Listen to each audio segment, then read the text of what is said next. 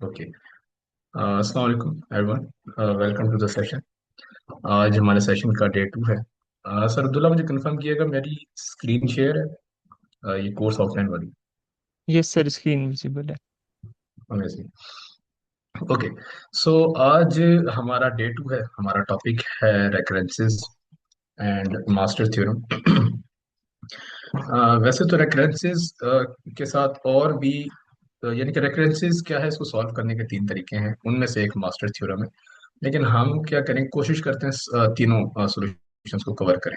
ठीक है। अच्छा। कल खैर हमने जो है वो कवर किया था एल्गोरिथम्स को, और एल्गोरिथम्स किस तरह ग्रो करते हैं इसको प्रैक्टिकली इंप्लीमेंट करके देखा था, रादर देन हम जस्ट जो है फॉर्मूलाज को स्टडी करें। सो जंप करते हैं आज के टॉपिक पे। अच्छा। यहाँ मैंने एक सिंपल सा ये कोड लिखा हुआ है। कोई स्टूडेंट अगर बता सकते हैं कि इसकी टाइम कॉम्प्लेक्सिटी क्या है? कोई बता सकते हैं?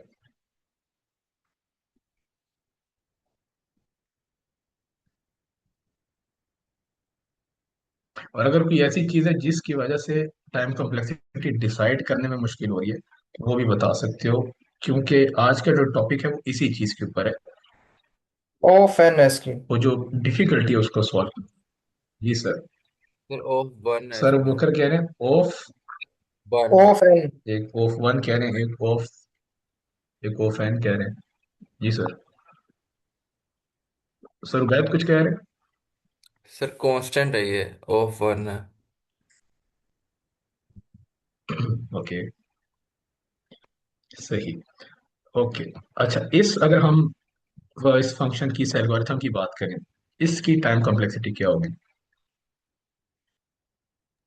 सर इसकी ऑफ एन होगी सर इसकी। ठीक हो गया। तो अब बाकी किसी और को लगता है कि ऑफ एन होगी या कुछ और होगी?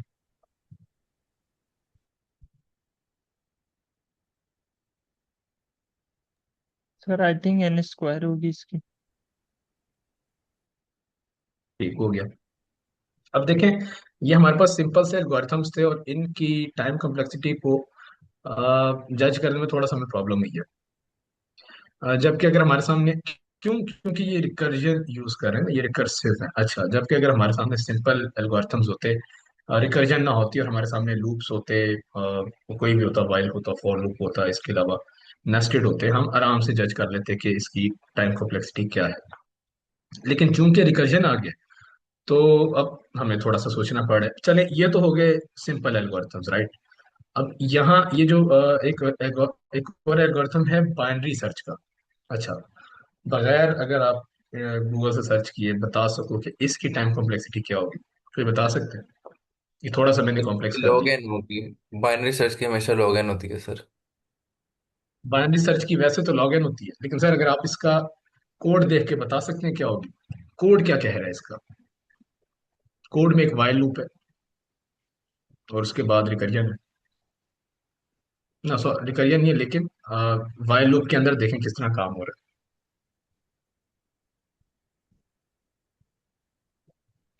सर है। एन ठीक है। लॉग एन हो जाए। हाँ, तो ये एक प्रॉब्लम है। तो रिकर्जन्स के साथ प्रॉब्लम कुछ ये है कि इनकी टाइम कॉम्प्लेक्सिटी निकालने में जो है वो हम जो है प्रॉब्लम होती है, और एक सिंपल फॉर्म में हम इसकी टाइम कॉम्प्लेक्सिटी नहीं लिख सकते। अच्छा, इसकी कुछ वर्किंग है। अब इसकी यानी कि रिकर्सिव फंक्शंस की टाइम कॉम्प्लेक्सिटी कैसे निकाली जाए, इसमें हमारे पास आता है एक कॉन्सेप्ट रेकरेंसेस का। ठीक है, सिंपल रेकरेंसेस। रेकरेंसेस रिलेशन भी कह सकते हैं। अच्छा, होता क्या है? इसकी सिंपल डेफिनेशन है a mathematical description of recursive cost. अभी भी टाइम कॉम्प्लेक्सिटी की बात नहीं हुई। अभी भी हम फाइनल अपने रिजल्ट पे नहीं पहुंचे। हमने जैसे अभी कोशिश की थी टाइम कॉम्प्लेक्सिटी निकालने की, हम अभी उस रिजल्ट पे नहीं पहुंचे। अभी रेकरेंस ये कह रहा है कि ये सिर्फ और सिर्फ एक मैथमेटिकल डिस्क्रिप्शन होगी रिकर्सिव कॉस्ट की। ठीक है। और how it depends on smaller inputs.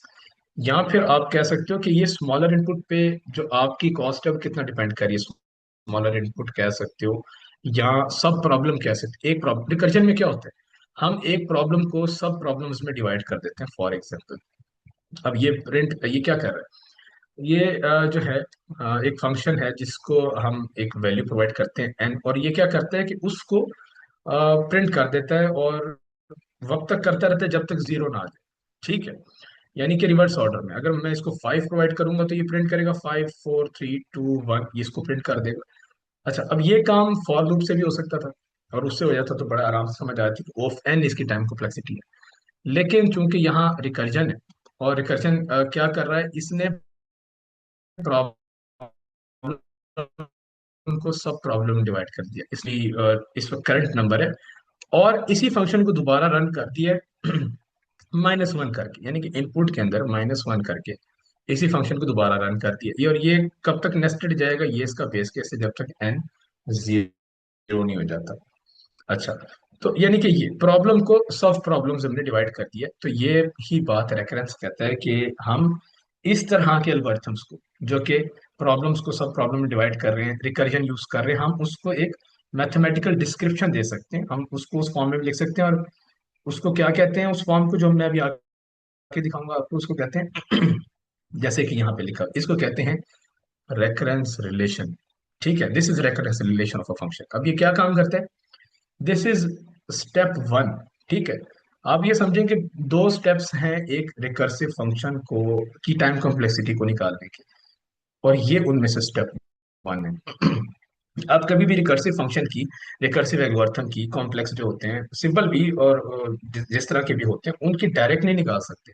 पहले आपको उसका एक रेकरेंस रिलेशन निकालना पड़ेगा, और फिर हम जाकर उसको सॉल्व करते हैं रेकरेंस रिलेशन को, और फिर जाके हमारे पास टाइम कॉम्प्लेक्सिटी आती है। तो मेन मकसद, मतलब आज की क्लास का क्या पर्पस, क्या पर्पस ये है कि हम इस यानी के काबिल हो जाएं कि हम रिकर्जन वाले जो फंक्शंस हैं, एल्गोरिथम्स हैं, उनकी भी टाइम कॉम्प्लेक्सिटी निकाल सकें। अच्छा, तो समझ आ गई रेकरेंस क्या है, मैथमेटिकल डिस्क्रिप्शन है। ठीक हो गया, क्या होगा भाई, आफ्टर सॉल्विंग रेकरेंस हमारे पास बिग ओ आ जाएगा, जो टाइम कॉम्प्लेक्सिटी है वो आ जाएगी इसकी। ठीक है, यहाँ कुछ रिप्रेजेंटेशन लिख दी हमने कि T of N is equals to Tn-1 + 1। अब इस वक्त हमें समझ नहीं आ रहा है ये क्या है, अभी देख लेते हैं। इसी तरह हमारे पास एक और रिप्रेजेंटेशन है, टी ऑफ एन, इसलिए लिख रहे हैं कि ये रेकरेंस रिलेशन है। ओ ऑफ एन होता तो वो उसका मतलब है ऑफ कोर्स टाइम कॉम्प्लेक्सिटी। और यहाँ पर आगे कि हाउ मेनी वेज, अच्छा वेज पे बाद में जाते हैं, पहले ये देख लेते हैं कि यहाँ तक कैसे पहुंच रहे हैं। भाई एक फंक्शन का रेकरेंस रिलेशन निकालेंगे तो फिर उसको कहीं सॉल्व करेंगे ना, तो पहले देख लेते हैं कि निकालना कैसे। अच्छा, उसके लिए क्या करते हैं, ये जो हमारे पास दो सिंपल फंक्शंस है ना, इन्हीं को सॉल्व करते हैं, इन्हीं का, बल्कि इसका भी निकाल लेते हैं। ठीक है, इनका ना रेकरेंस रिलेशन निकालते हैं। सबसे पहले देखते हैं इसका, हमारे पास है प्रिंट नंबर्स का, ये सिंपल फंक्शन ये क्या कर रहा है, मैं यहाँ पर पेन यूज करके कोशिश करता हूँ। अच्छा, इसका जो भी रेकरेंस रिलेशन होगा इसका, या हमारे पास जो लाइन 1 है, जो कि प्रिंट नंबर्स और उसका इनपुट एन है, उसका जो भी रेकरेंस रिलेशन होगा वो टी ऑफ एन होगा of course. T of N, N का मतलब यानी कि एन नंबर ऑफ इनपुट्स, जाहिर है यही होगा। और इसके अंदर हम एक स्टेटमेंट को प्रिंट कर रहे हैं, इसकी कॉस्ट क्या होगी, अच्छा इस फंक्शन की कॉस्ट है टी ऑफ एन, इसका reference relation T of N.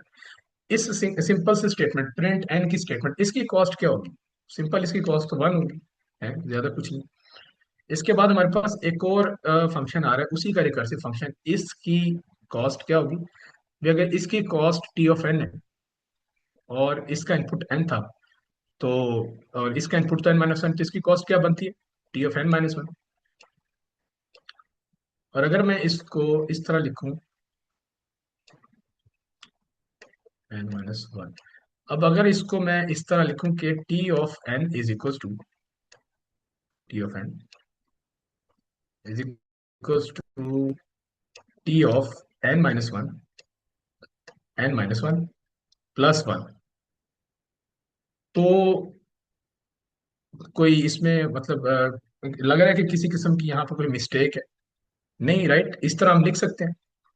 अच्छा, तो अच्छा रादर देन मैं इस तरह लिखूं, मैं आई गेस टाइप कर लेता हूँ, ज्यादा फास्ट हो जाएगा। तो यहाँ तक खैर मैं समझ आ गई कि इसकी जो ये है रेकरेंस रिलेशन बाय द वे, ठीक, अच्छा बल्कि यहाँ तक ठीक है, इसको अगर मैं आगे जाऊंगा तो वो सॉल्व होने की तरफ चला जाएगा। अभी सॉल्व नहीं करते, अभी यहीं पे इसको रोकते हैं। तो ये जो थी, ये इसकी रेकरेंस रिलेशन बन गई।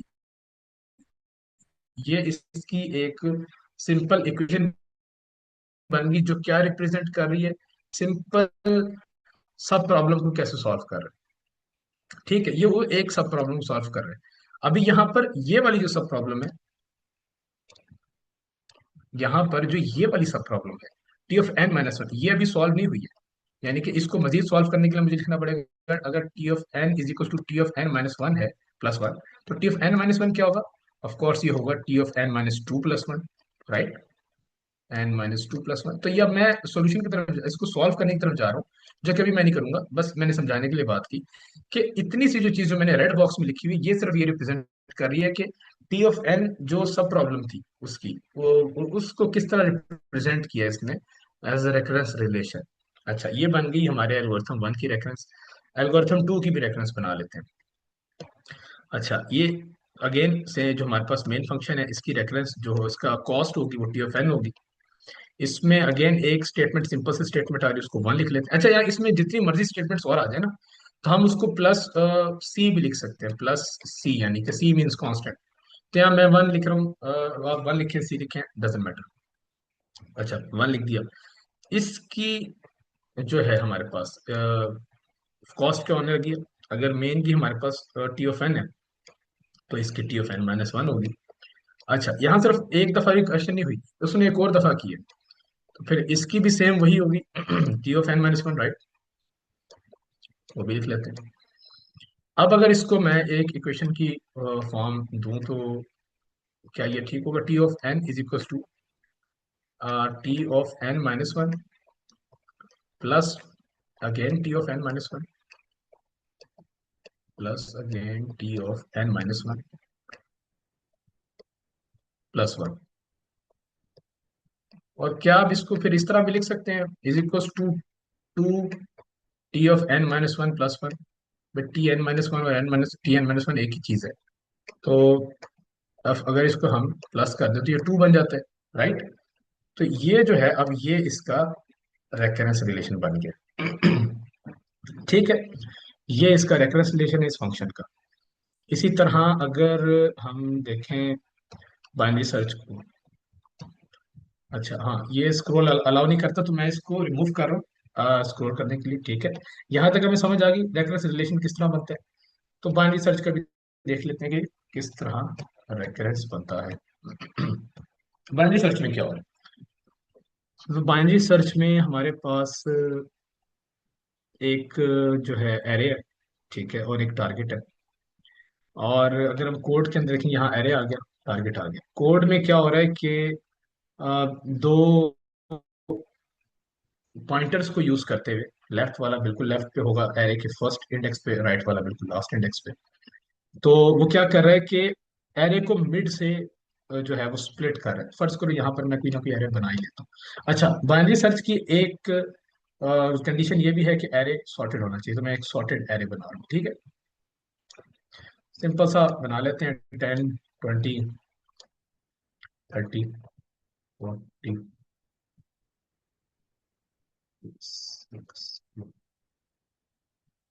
70, 80।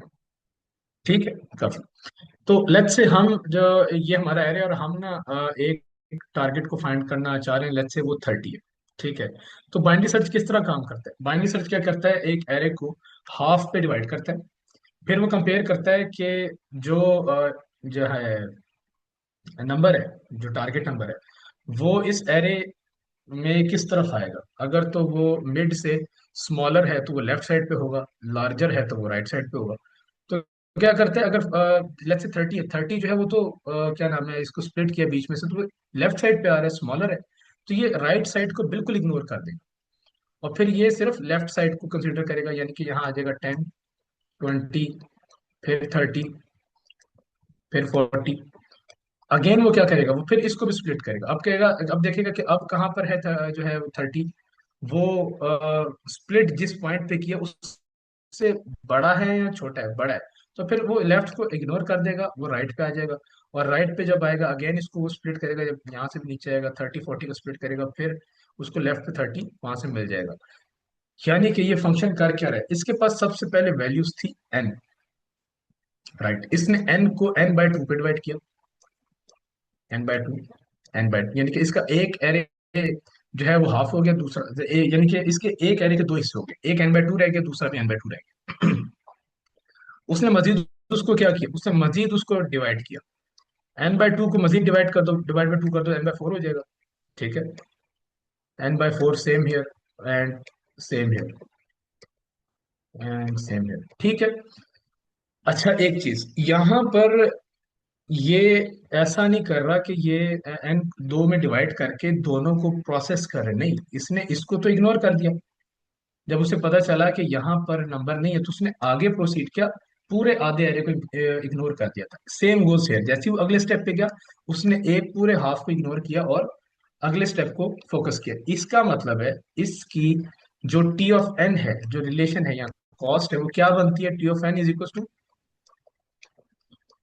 T of n/2। ये मैंने फर्स्ट वन का अभी बताया, ये फर्स्ट इसकी बात कर रहा हूँ। मजीद हम इसकी डेप्थ में चले जाएंगे तो हम सब प्रॉब्लम्स पे चले जाएंगे। बाय द वे, ये जो ट्री मैं बना रहा हूँ इसी को ही यूज करते हुए हम इसको पूरा का पूरा भी सॉल्व कर सकते हैं, लेकिन अभी सिर्फ हम बात करें मेन की। प्लस, अच्छा, प्लस मैं सी भी लिखूंगा यहाँ पे। अच्छा थोड़ा सा ये मैसी हो रहा है, मैं इसको रिमूव करके इसको साफ सुथरा लिखता हूँ। T of N is equal to T of N.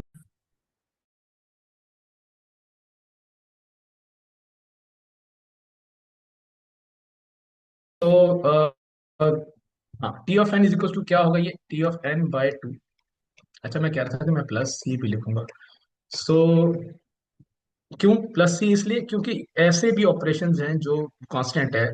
ये लाइन है, ये लाइन है हमारे पास, इसके अलावा ये लाइन है, ये लाइन, तो कांस्टेंट ऑपरेशंस भी हमारे पास हो रहा है, तो हम उनको सी से रिप्रेजेंट कर लेते हैं।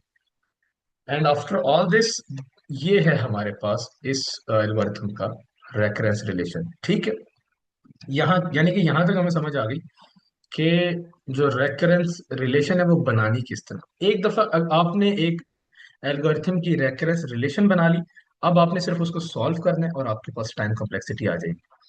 ठीक है, और सॉल्व, अब आते हैं सॉल्व करने पे। ठीक है, तो यहाँ तक हमने ये समझ आ गई कि रेकरेंस रिलेशन किस तरह बनाते हैं। अब आते हैं इसको सॉल्व कैसे किया जाता है। सॉल्व करने के इसको भी तीन तरीके हैं। पहला तरीका है सब्स्टिट्यूशन मेथड। ठीक है, पहला तरीका है सब्स्टिट्यूशन, इसको आप कई सारे, एक्सपेंड सब्स्टिट्यूशन, रिपीटेड सब्स्टिट्यूशन, एक और था कोई रिवर्स सब्स्टिट्यूशन, इस तरह भी नाम है, तो इस तरह के नाम हैं इसके। Substitution in short, substitution method first of all. अच्छा, सब्स्टिट्यूशन मेथड की खास बात यह है कि ये हर तरह के एल्गोरिथम्स, जिस तरह मर्जी एल्गोरिथम हो उस पे ये इम्प्लीमेंट हो जाता है, आपको आंसर दे देगा। अच्छा, फिर आता है रिकर्जन ट्री।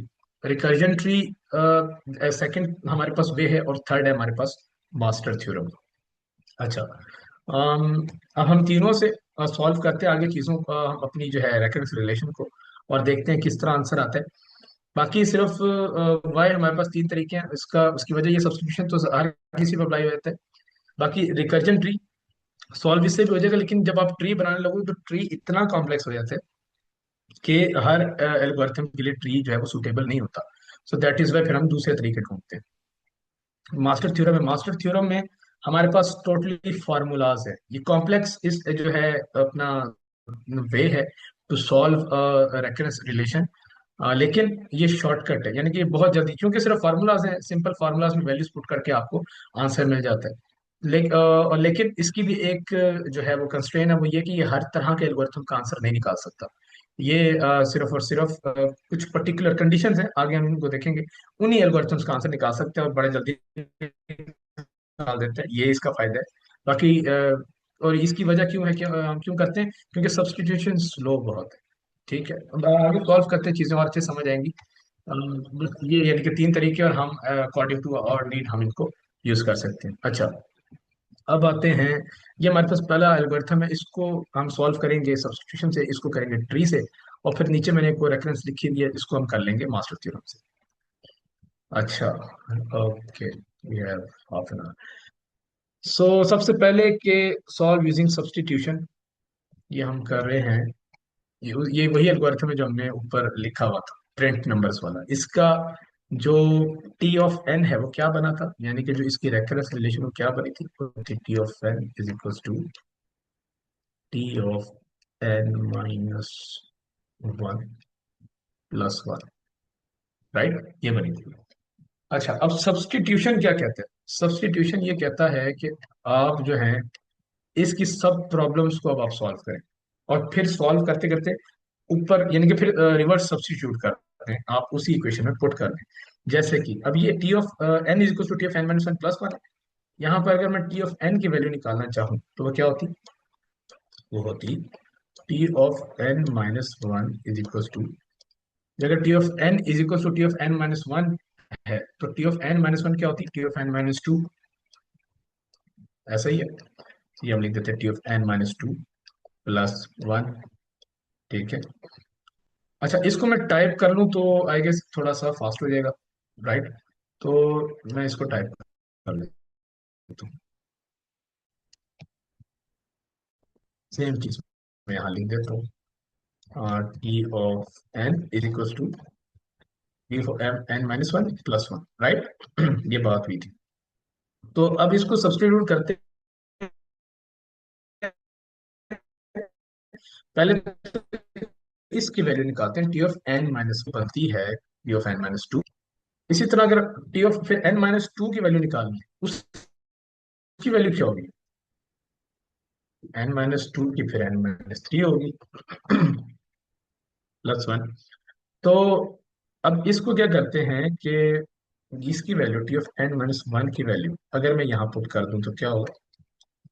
अच्छा, अगले स्टेप, इसको इसको ऊपर लिखा रहने देता हूँ, और इसको भी नीचे कॉपी कर लेता हूँ। थोड़ा सा zoom, ये थोड़ा बेहतर ताकि नजर भी आ जाए। तो अब तक क्या है, ये हमारी बेस जो रिलेशन थी वो यहाँ लिखी हुई थी, इसको मैंने इसकी भी सब प्रॉब्लम्स को सॉल्व करना शुरू कर दिया। तो सॉल्व करते करते हम यहाँ पर आए कि एन माइनस वन को सॉल्व किया, तो इसकी value T N minus two plus one. इसको मैं इसकी जगह लिख देता हूँ। तो ये क्या बन जाएगा? ये T of N minus two, और प्लस वन क्या होता है? टू होता है। ये T of N minus two plus two हो जाएगा। अच्छा, एन माइनस टू की वैल्यू अगर हम निकालें तो वो क्या बनती है? N minus three plus one. इसको अगर मैं इसकी जगह लिख दूं N minus three plus one, तो ये क्या बन जाएगा? One plus two is three, तो N minus three plus three. तो इसको अगर हम करते जाए, ये कहाँ तक जाएगा? ये एक पॉइंट आएगा जहां पर, अच्छा एक चीज आप नोट कर रहे हैं कि ये जो माइनस हो रहा है, जो वैल्यू माइनस हो रही है वही वैल्यू कांस्टेंट में भी आ रही है। क्या हम ये कह सकते हैं कि अगर हम क्या कहते हैं, के एज्यूम कर लें इसको, क्योंकि ये चलता जाएगा ना, N minus three, N minus four, five, six, seven करते करते करते ये मतलब एन तक जाएगा। तो हम अगर इसको के एज्यूम कर लें तो हम इसको क्या ये लिख सकते हैं, टी ऑफ एन माइनस के प्लस के, राइट। और इसके अलावा, अच्छा, अब यहाँ पर हमें इस टर्म को किस तरह करना है खत्म, कि हम यहाँ एज्यूम करते हैं। अच्छा, एज्यूम हम क्यों करते हैं कि अगर हम इस फंक्शन को देखें तो ये कहाँ तक रन हो रहा है? ये एन से स्टार्ट होता है और होता होता होता जीरो तक जाता है। ठीक है, यानी कि एक पॉइंट आएगा यहाँ पर जीरो आ जाएगा। वो एक पॉइंट आएगा ना जब ये जो फंक्शन है, ये टी ऑफ, आज अभी तो ये टी ऑफ एन है, और इसको आज अगर मैं इसको हंड्रेड वैल्यू भी देता हूँ या थाउजेंड भी देता हूँ, तो होते होते माइनस होते होते एक ना एक टाइम पे ये टी ऑफ जीरो हो जाएगा। ठीक है, यानी कि इसने टी ऑफ जीरो तक पहुंचना है। तो अगर मैं इसको यहाँ पर ये लिख दूं, यानी कि इस ये वैल्यू जब जीरो होने ही वाली है, तो इसका ये मतलब है कि एन माइनस के is equal to zero, right. तो इसको क्या, फिर मैं ये लिख सकता हूँ कि T of N is equal to zero plus K. अच्छा, टी ऑफ जीरो की क्या कॉस्ट है?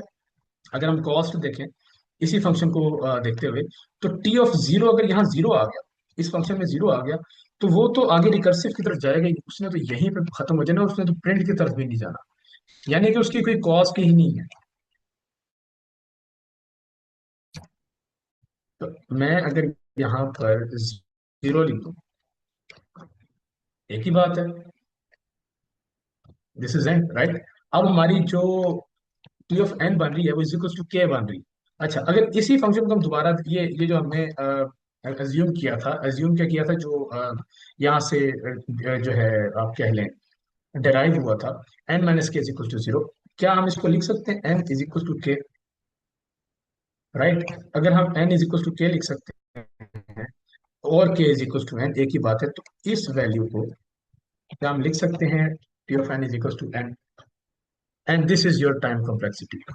आप इसको ओ ऑफ एन भी लिख सकते हैं, ये है आपकी टाइम कॉम्प्लेक्सिटी। तो इसका मतलब है यूजिंग सब्स्टिट्यूशन हमने ये ड्राइव कर लिया कि ये जो फंक्शन है, this is a linear function, ये इसकी टाइम कॉम्प्लेक्सिटी ऑफ एन है।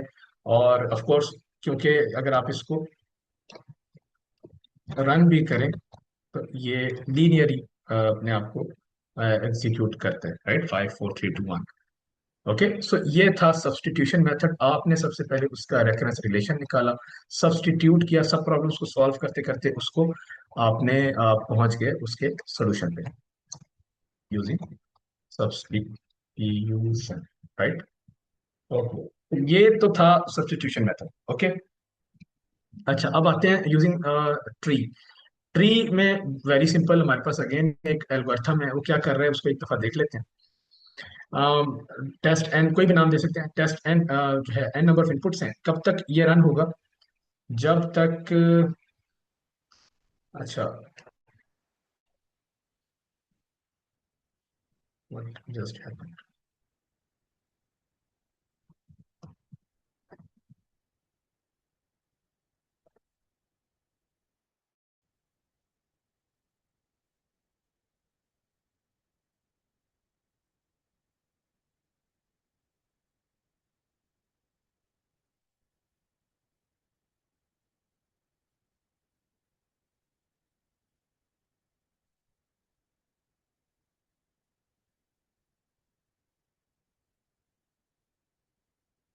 M I audible class?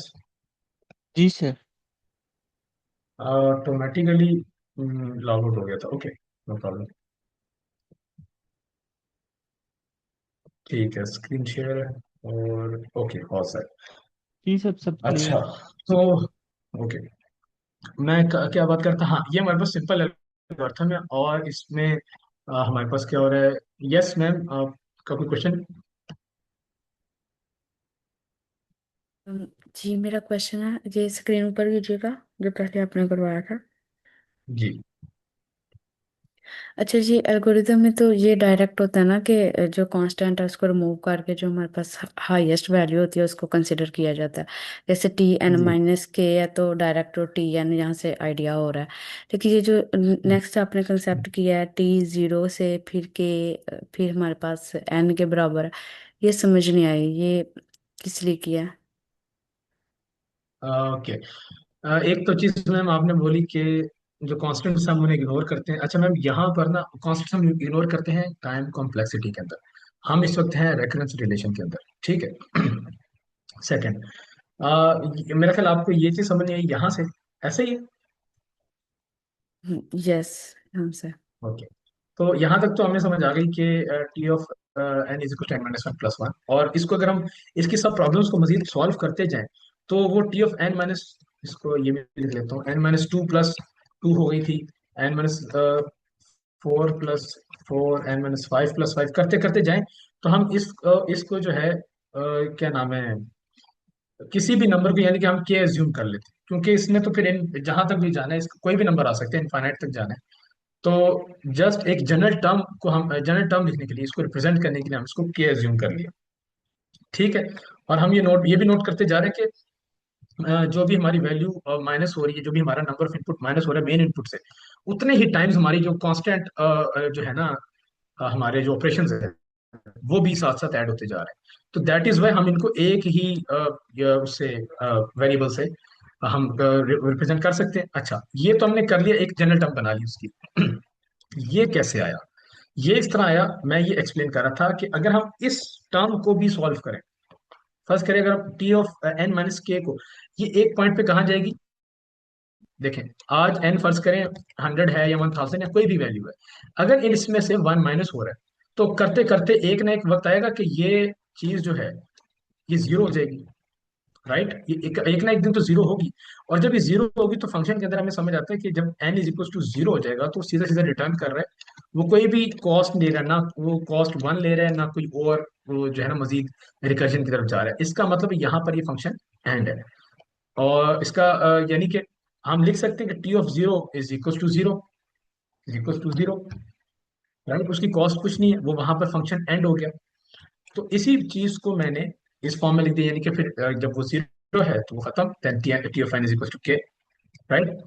सो यहाँ तक जब हम आए अब T of N is equal to k, लेकिन हमें जो है वो तो एन की टर्म में जो है कॉम्प्लेक्सिटी निकालनी है। अगेन हम उस इस वाले इक्वेशन को देखते हैं जहाँ हमने एन माइनस के is equal to zero assume किया था, ताकि हम टी ऑफ जीरो निकाल सकें और टी ऑफ जीरो की कॉस्ट लिख सकें जो कि ऑलरेडी जीरो है।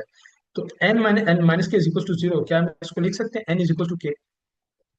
अगर हम लिख सकते हैं तो इसी वैल्यू को मैं इसी इक्वेशन में सब्सटीट्यूट करता हूँ तो मेरे पास आती है T of N is equal to N. And इसको उसी यानी कि T of N is equal to n, उस चीज को मैं ओ ऑफ एन भी लिख सकता हूँ या कॉम्प्लेक्सिटी की फॉर्म में लिख सकता हूँ, और यही हमारी कॉम्प्लेक्सिटी है। ठीक है मैम? ठीक है, क्लियर। Right. अच्छा जी, अब आते हैं इस पे सर यूजिंग मुझे ट्री एक पे। चीज समझ नहीं आई सर, इसमें काइंडली ऊपर कीजिएगा। Yes sir. सर इसमें आपने लिखा हुआ है T of N is equal to k. Sir ये एन माइनस के इज इक्वल टू जीरो, ये कैसे हुआ सर? हाँ, ये एन माइनस के इस तरह हुआ है। सर पहले ये समझ आ गई कि एन माइनस के आया कैसे है। जी सर, ये सारा समझ आ गया प्रोसीजर। हाँ। अच्छा, अब चले इसको एक मिनट, एक थोड़ी देर के लिए हटा लेते हैं, हटा लेते हैं। अच्छा, क्या आप क्या हम ये अंडरस्टैंड कर सकते हैं कि एक वक्त आएगा जब एन में से जीरो हो जाएगा। एक वैल्यू माइनस होती जा रही है, एक वक्त आएगा ये जीरो हो जाएगा? जी सर बिल्कुल। तो सर फिर एन जी माइनस सर, के को इससे जीरो नीचे कैसे? आप, सर इससे नीचे आप ना सेकंड लाइन में देखें, इससे नीचे। यस, इससे ये सर नीचे? वही लाइन। Yes sir. ये वाली लाइन? Yes sir. सब हाँ, इसमें अब इससे नीचे देखें आप sir, T of N is equal to k आ गया है। सर अब बिल्कुल। एन माइनस के is equal to zero, sir ये कैसे हुआ?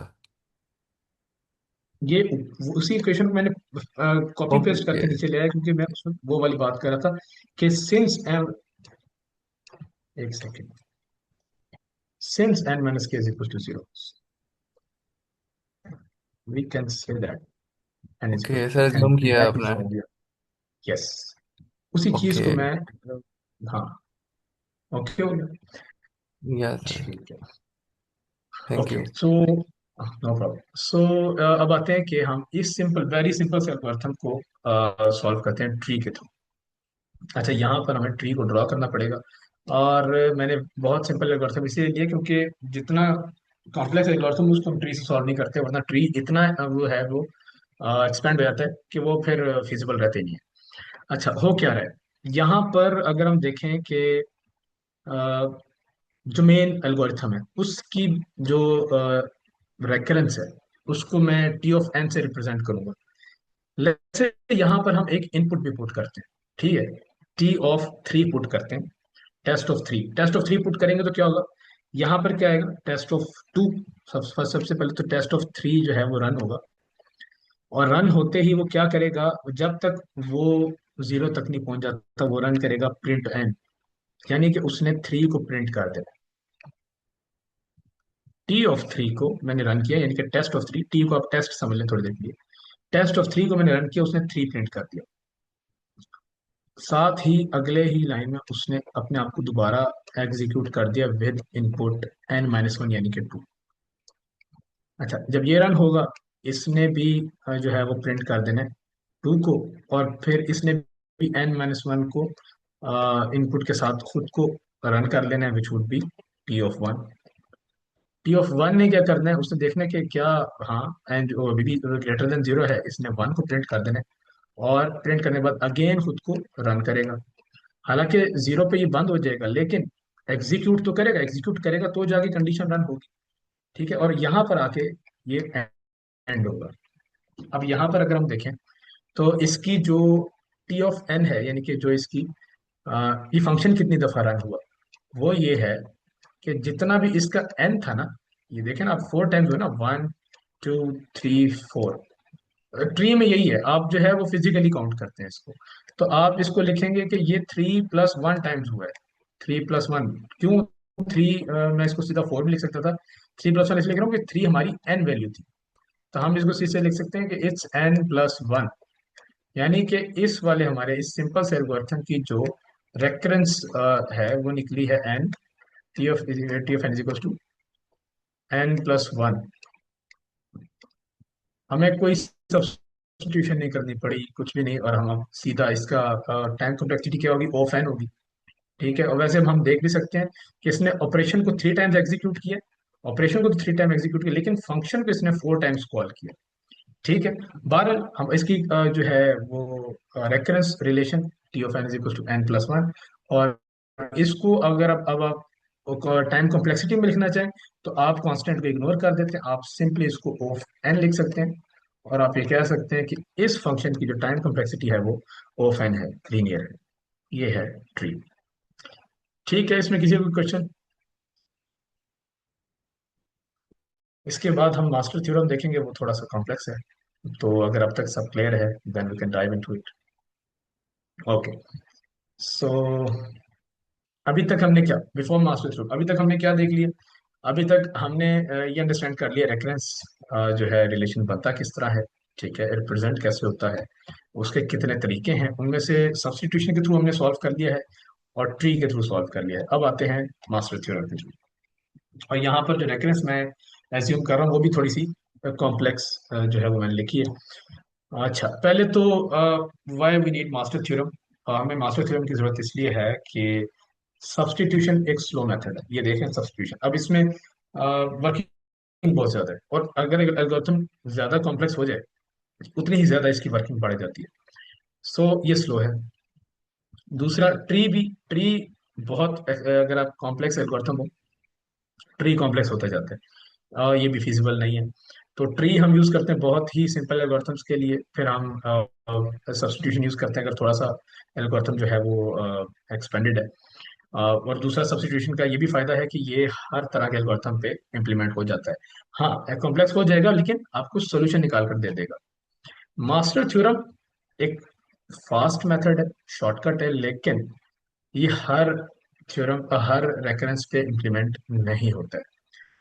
अच्छा जी, अब इसका देख लेते हैं, इसकी भी कुछ कंडीशंस हैं, एक एक करके देखते हैं, अभी एक साथ ही सब देखेंगे कंफ्यूज रहेंगे। तो सबसे पहले तो शुरू की ये 2 लाइंस देखते हैं, यहाँ क्या लिखा हुआ है। यहाँ लिखा हुआ है कि if T of N is equal to, अच्छा ये मैंने बाय द वे इस फॉर्म में इसलिए लिखी है, यहाँ इक्वेशन के फॉर्म में नहीं लिखा जा सकता, तो मैंने इसको जस्ट टाइप करके इस तरह लिख दिया है कि समझ में आ जाएगा। अच्छा, मास्टर थ्योरम क्या कहता है कि if T of N is equal to a multiply by T of n upon b plus f n, जहां पर ए की वैल्यू जो है वो 1 होनी चाहिए या उससे बड़ी होनी चाहिए, और बी की वैल्यू लाजमी 1 से बड़ी होनी चाहिए।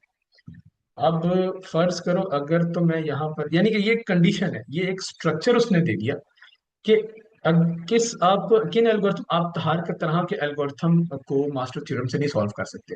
आप सिर्फ उनको कर सकते हो जिनकी जो रेकरेंस रिलेशन है वो कुछ इस तरह की बनती है। फर्ज करो अगर मैं यहाँ एक रेकरेंस रिलेशन लिखता हूँ, फर्ज करो अगर मैं यहाँ पर एक रेफरेंस रिलेशन लिखता हूँ पी ऑफ एन को मैं कुछ इस तरह लिखता हूँ कि लेट्स से सिंपली लिखते हैं टी ऑफ n-1, अभी हमने ऊपर जो किया -1 +1। ठीक है, इसमें हमारे पास ए की वैल्यू क्या आ रही है, बी की वैल्यू क्या आ रही है, एफ एन की वैल्यू क्या आ रही है। इसमें हमारे पास ए क्या है, ए स्टार्ट में है, जाहिर है अब यहाँ कुछ नहीं है तो दिस इज 1। हम इसको लिख सकते हैं that 1 is multiply by T, right. तो A is equal to T, so A is equal to 1, right. तो ये वाली कंडीशन तो ठीक है कि A is greater than equal to 1, लेकिन डिवाइडेड बाय 1 ये जो कंडीशन है, ये जो हमारे पास टी ऑफ n-1, अगर इसको इसके ये किससे डिवाइड हो रहा है, किसी से भी नहीं हो रहा है, इसका मतलब डिवाइड बाय 1 हो रहा है। तो बी क्या हुआ, इज इक्वल टू 1 हुआ। यहाँ में एक प्रॉब्लम आ गई, बी को लाजमी 1 से बड़ा होना चाहिए था। ठीक है, अदरवाइज नहीं, बाकी f n is equal to 1। तो इसका मतलब ये है कि ये वाला जो सिंपल एल्गोरिथम था, ये वाला T of N is equal to T of N minus one plus one, ये मास्टर थ्योरम से नहीं हो सकता। इसके लिए आप सब्स्टिट्यूशन कर सकते हैं। मास्टर थ्योरम के लिए किस तरह का चाहिए, अब ये देखें नीचे मैंने जिस तरह का ये जो एल्गोरिथम लिखा हुआ है, ये वाला, इसमें कर सकते हैं। इसमें अगर हम देखें तो ए की वैल्यू क्या है, ए की वैल्यू है 8, ए इज इक्वल टू 8, ठीक है।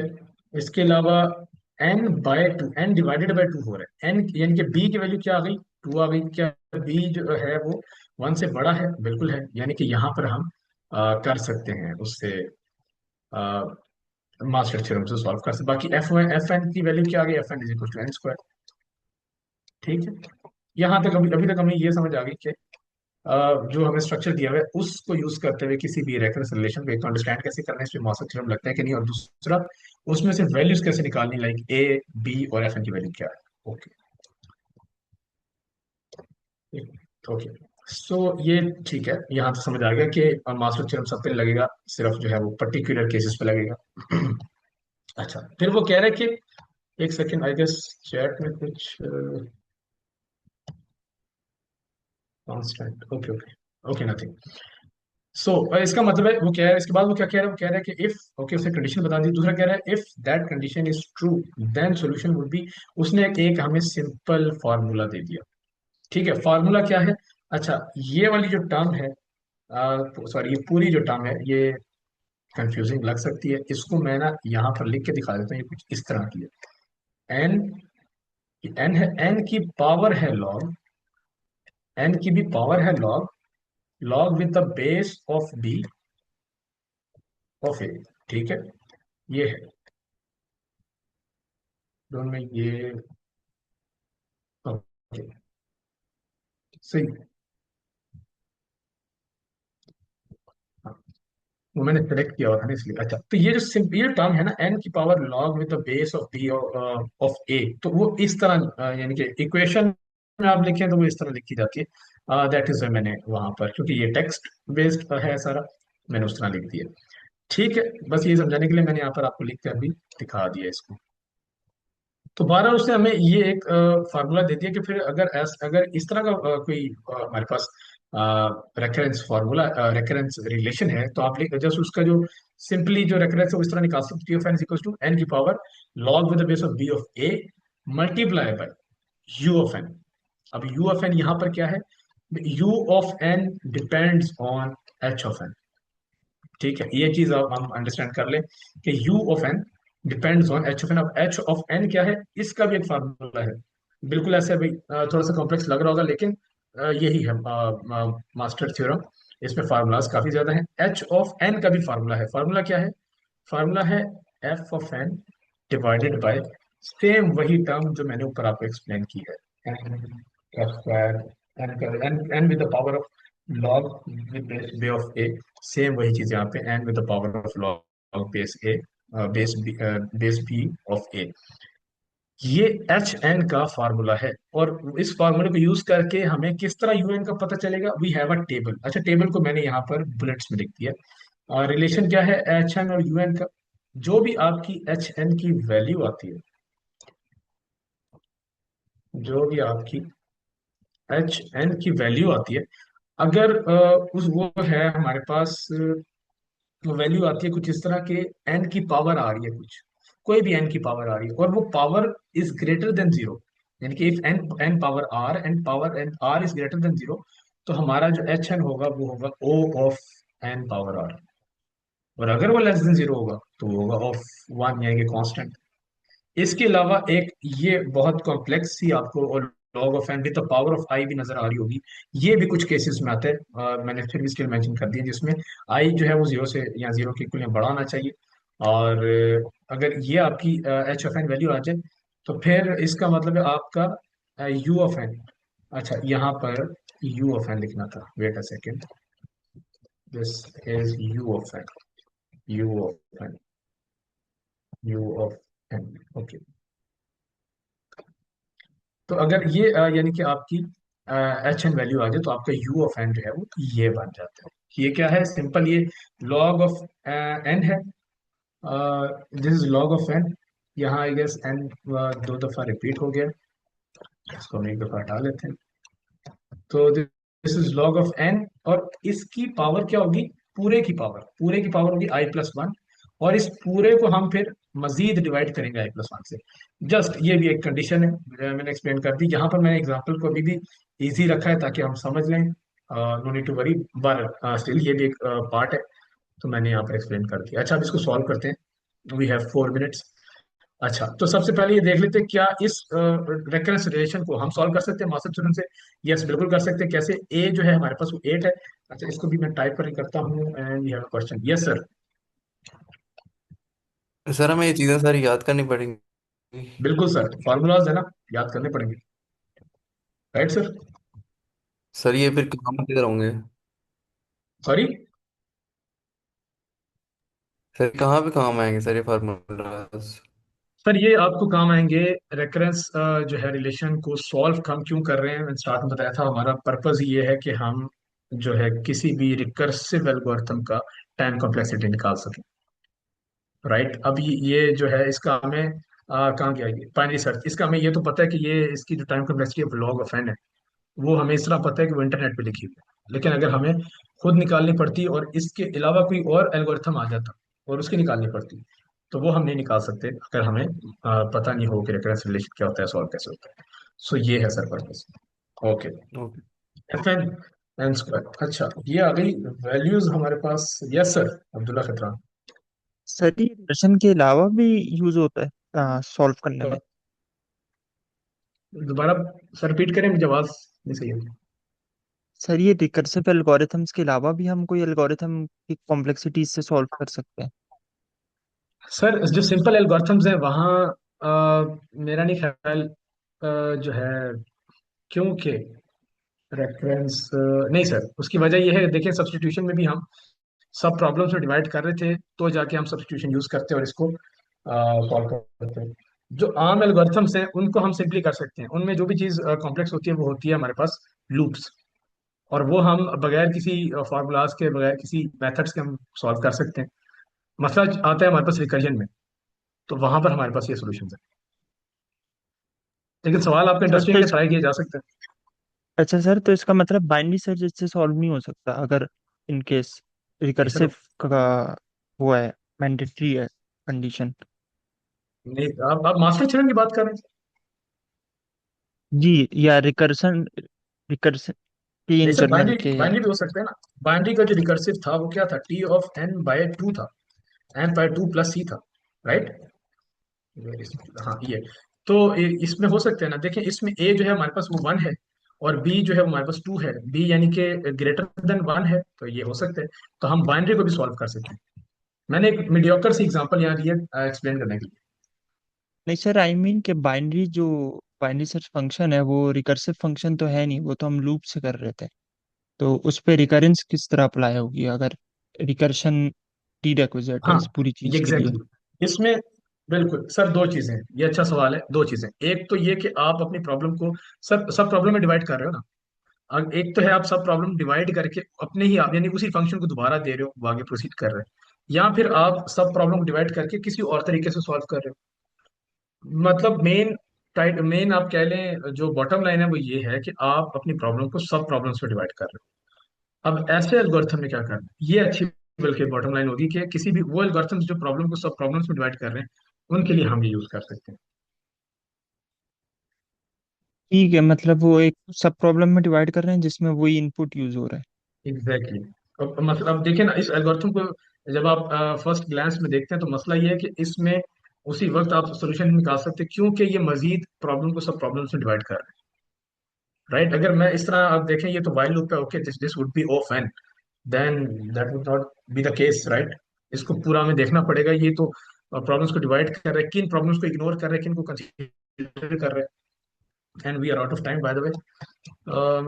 अच्छा, मैं इसको फिर एक्सप्लेन करता हूँ किस तरह ये सॉल्व होगा। आसान अल्फाज में होगा ये कि यही वैल्यूज आपकी आ गई, a b and f n. इसको अब आप पुट कर देंगे इस इक्वेशन के अंदर। ठीक है, इस इक्वेशन में कैसे करेंगे? आप देखेंगे लॉग इस यानी कि कैसे पुट करेंगे, यहाँ पे आ रहा है log, log with the base of B of A. ये क्या होगा? बी क्या है हमारे पास? 2 है, ए हमारे पास 8 है, तो ये वैल्यू हमारे पास बन जाएगी, यानी कि टी ऑफ एन जो है वो बन जाएगी हमारे पास एन की पावर, एन की भी पावर वो होगी 3। वो कैसे? Log with the base of 2 of ए, यानी कि log with the base of 2 of 8 is 3। ये अगर आप कैलकुलेटर पर करके देखें तो 3 बनती है, यानी कि एन क्यूब। और यू ऑफ एन हमारे पास कैसे है कि यू ऑफ एन निकालनी है, तो एफ एन इज हमारे पास एन स्क्वायर। और इसकी अभी भी मैंने वैल्यू निकाली है, वो एन क्यूब थी। N square upon n cube क्या बनेगी? एन की पावर -1। 1/n भी लिख सकते हैं, एन की पावर -1 भी लिख सकते हैं। एन की पावर -1 का क्या मतलब है?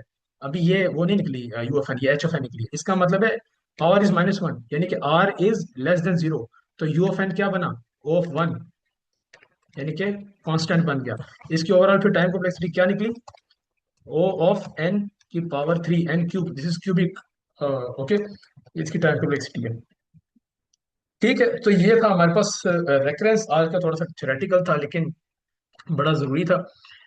हम बाकी सारे एल्गोरिथम्स की तो टाइम प्रोबेबिलिटी निकाल लेते, लेकिन अगर ये ना पता होता तो वो प्रॉब्लम्स जो सब प्रॉब्लम्स में डिवाइड हो रही है, किस तरह उनको प्रोसेस कर रही है और रिकर्सिव में है, उनको हम ना कर सकते, लेकिन अब हम कर सकते हैं।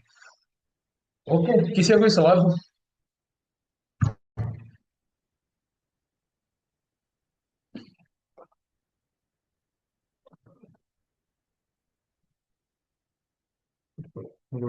Thank you sir. Sir Asad.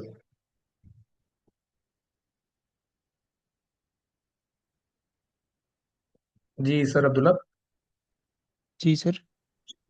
जी sir, I guess we are good to go, we have no questions. Yes, sir. Okay, thank you sir Faraz, great session. Thank thank you you sir. Everyone for joining. अल्लाह हाफिज। अल्लाह Hafiz. हाफिज। काफी sir. अल्लाह हाफिज।